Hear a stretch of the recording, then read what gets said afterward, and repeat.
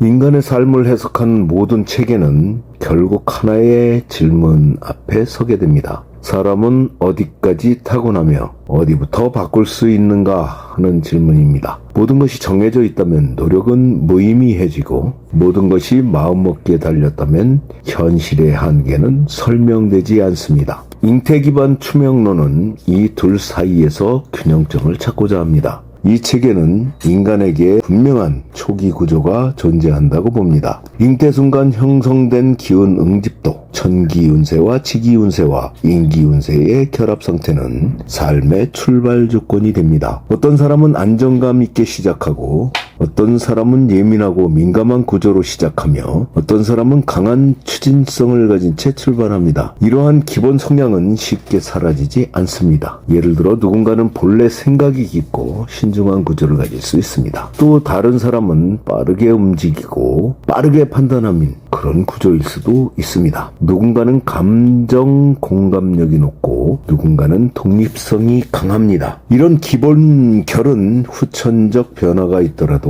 완전히 다른 종류로 바뀌기보다는 원형을 유지한 채 표현 방식이 달라지는 경우가 많습니다. 이것이 변하지 않는 것의 첫 번째 영역입니다. 기본 결, 반응 방식의 뿌리, 에너지 운영의 원형은 쉽게 바뀌지 않습니다. 마치 물이 담기는 그릇의 모양과 비슷합니다. 내용물은 달라질 수 있어도 그 그릇 자체의 형태는 비교적 오래 유지됩니다. 두 번째로 쉽게 바뀌지 않는 것은 특정한 반복 패턴의 성향입니다. 어떤 사람은 관계에서 지나치게 책임을 떠안고 어떤 사람은 가까워지면 거리를 두며 어떤 사람은 기회가 오면 스스로 물러납니다. 이러한 패턴은 오랜 세월 형성되어 자동 반응처럼 작동하기 때문에 단기간에 바뀌기가 어려운 것입니다. 그러나 어렵다는 것과 불가능하다는 것은 다릅니다. 잉태 기반 추명론은 인간에게 변할 수 있는 영역 또한 매우 넓다고 보고 있습니다. 같은 신중함도 두려움으로 나타날 수도 있고 통찰력으로 나타날 수도 있습니다. 같은 추진성도 충동으로 쓰일 수 있고 실행력으로 쓰일 수도 있습니다. 본질은 같아도 운영 방식은 달라질 수 있습니다. 이것이 변하는 것의 첫 번째 영역입니다. 타고난 구조 자체보다 그것을 사용하는 방식은 충분히 바뀔 수가 있습니다. 예민한 사람은 평생 불안하게 살 수도 있지만 잘 훈련되면 누구보다 섬세한 판단력을 가진 사람이 될 수도 있습니다. 강한 추진력을 가진 사람은 무모함으로 살 수도 있고 리더십으로 살 수도 있습니다. 두 번째로 변하는 것은 환경에 대한 반응입니다. 사람은 처음 구조를 가지고 태어나지만 어떤 환경에서 살아가느냐에 따라 전혀 다른 상태가 됩니다. 안정된 관계를 경험한 사람은 불안 구조도 완화될 수 있고 반복된 갈등 구조 속에 놓인 사람은 강한 구조도 쉽게 지칠 수가 있습니다. 현대 신경학에서도 반복된 경험이 뇌의 연결 구조를 변화시킨다고 설명을 하고 있습니다. 습관은 신경회로를 강화하고 훈련은 새로운 반응 경로를 만듭니다. 즉 사람은 타고난 구조를 가지고 시작하지만 살아가는 방식에 따라 실제 작동 형태는 계속 바뀝니다. 세 번째로 변하는 것은 현재의 위치입니다. 천기 운세도에서 말하는 상승구역과 침체구역은 고정된 좌표가 아닙니다. 사람은 자신의 선택에 대한 결과물로 한 시기에 침체될 수도 있고 다른 시기에 또 그 선택으로 인해 회복할 수도 있습니다. 어떤 사람은 오랫동안 막혀있다가 작은 계기로 급상승하기도 하고 반대로 잘 나가던 사람은 무리한 선택에서 급락할 수 있습니다. 이 체계는 바로 이점 때문에 운명을 고정된 판결문으로 보지 않습니다. 출발 조건은 존재하지만 현재 위치는 계속 달라집니다. 그리고 현재 위치는 미래를 크게 바꿉니다. 같은 구조를 가진 사람도 지금 어디에 서 있는가에 따라서 앞으로의 흐름은 전혀 달라질 수가 있습니다. 또 하나의 중요한 것은 관계를 통해 변한다는 점입니다. 인간은 혼자 변화하지 않습니다. 좋은 배우자, 건강한 동료, 지혜로운 스승, 안정된 공동체는 사람의 흐름을 바꿉니다. 반대로 지속적인 갈등 관계, 착취적 관계, 혼란스러운 환경은 사람의 구조를 왜곡시킵니다. 그래서 가족, 결혼, 이혼, 재혼 같은 관계 변화가 이 책에서 중요한 이유도 여기에 있습니다. 단순히 사건이 아니라 지속적인 기원 교환 구조가 전혀 다른 구조로 바뀌기 때문입니다. 누구와 연결되어 있는가는 현재 상태와 미래 흐름에 적지 않은 영향을 줍니다. 조상의 영향 역시 완전한 숙명으로 보지 않습니다. 가정 안에서 반복된 정서 패턴, 경제 습관, 갈등 방식이 후손에게 전달될 수는 있습니다. 그러나 그것을 자각하고 끊어내는 순간에 새로운 흐름이 시작될 수 있습니다. 반복을 인식하는 것이 변화의 첫걸음입니다. 상담 현장에서 가장 위험한 말 가운데 하나는 원래 그런 사람이라는 단정입니다. 이는 변화 가능성을 닫아버립니다. 잉태 기반 추명론은 오히려 이렇게 묻습니다. 본래 구조는 무엇이며 지금은 무엇이 더 씌워져 있는가? 타고난 결인지 후천적 손상인지 구분해야 정확한 방향이 나옵니다. 예를 들어 지금 소심해 보이는 사람이 본래 소심한 사람일 수도 있지만 반복된 실패로 위축된 사람일 수도 있습니다. 반대로 거칠고 공격적으로 보이는 사람이 본래 성격이 거친 것이 아니라 오래된 불안 때문에 방어 기제가